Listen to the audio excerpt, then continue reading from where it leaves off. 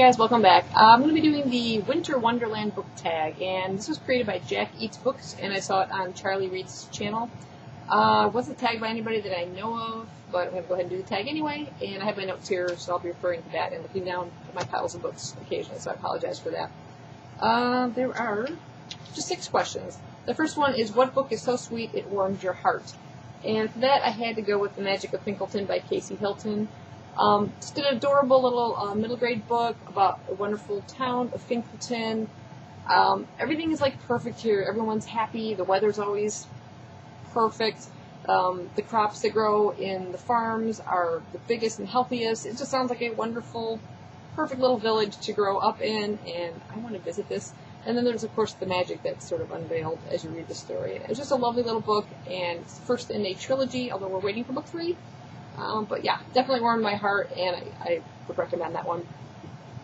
Number 2, what is your favorite book with a white cover?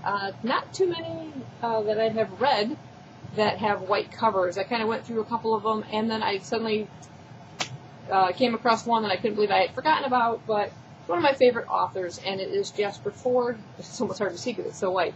The book is entitled Shades of Grey, and it's about a world where people have like a limited field of vision. They see almost all in one color. Some people might just see the green, some people see the reds, and based on what color you see is your ranking in society. So this society isn't a democracy, it's a colortocracy, which is just totally crazy, but it's perfect for Jasper Fforde. He creates the most unique worlds. So this is sort of a dystopian world, but there's a lot of humor thrown into it as well. And I love his writing. It's just awesome. This is a super cool cover because if you look at it, it's like a paint by number. There's all the little numbers in there, so I really like it. It's, I think they call them turtlebacks because it's a hardcover without a dust jacket. But yeah, it's a super cool book and definitely my favorite with a white cover. Number 3, you're sitting in a lovely, comfy chair, drinking hot chocolate with a onesie on, but what monster book are you reading? I have a couple that I could have gone with, but the one that seemed to have the most pages is this beast, and it is Fragments, book 2, in the partial sequence by Dan Wells.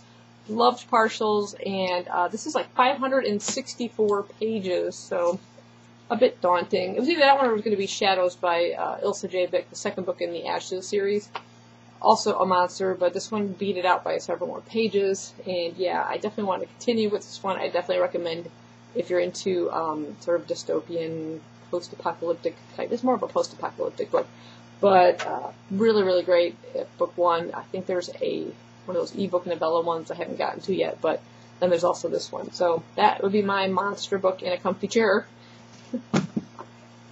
Number 4. It has stopped snowing outside and you want to have a snowball fight. Which fictional character would you have a snowball fight with? It definitely wouldn't be the Breeze from the Gone series, because I would be decimated by a gazillion snowballs in seconds. And I was thinking, oh, definitely not Light Yagami, because then he'd probably write my name in his notebook, and that'd be the end of that. I went with Jess from Saving Mars. She's the main character in the series. The first sentence in the book makes me like her immediately. She's the kind of girl who slept with books on her bed. I think we get along. So she sounds like a quirky, kind of fun character. I really like her character throughout the series. So she'd be my snowball fight partner. Number 5. Sadly, your fire is starting to go out. Which book would you rip the last few pages out to get the fire going again? The ending. Seriously. Needs to go. And finally, which book is so close to your heart that you would have to give a book for... that if you had to give a book for Christmas that would encourage someone to read who hasn't read before, which book would you give? Kind of have to go with the obvious, because it's definitely very close. The whole series is close to my heart, and I think many people's...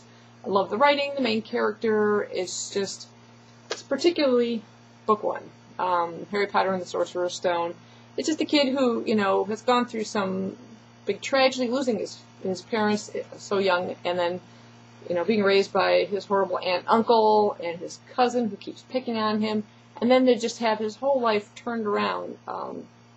Yes, there is danger and things that come along, but just that initial kind of eye-opening experience to Hogwarts and magic and just all of that. It was just so wonderful, and to see, him open up and meeting these you know, his new friends and everything, and this whole new life. And it was just, yeah, that's definitely the book I would give as a Christmas gift to someone who hasn't read before.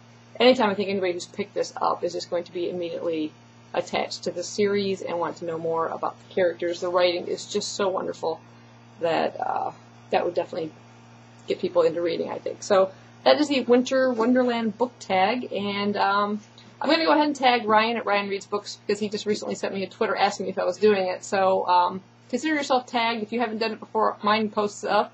I'm going to tag Charlie at Dubay Day Devours and Liz over at Izziness89 as well. I'd like to see you guys do the tag, and anybody else watching, if you want to do it, go ahead and do it, and let me know down below so I can go watch it. So thanks for watching. Happy reading.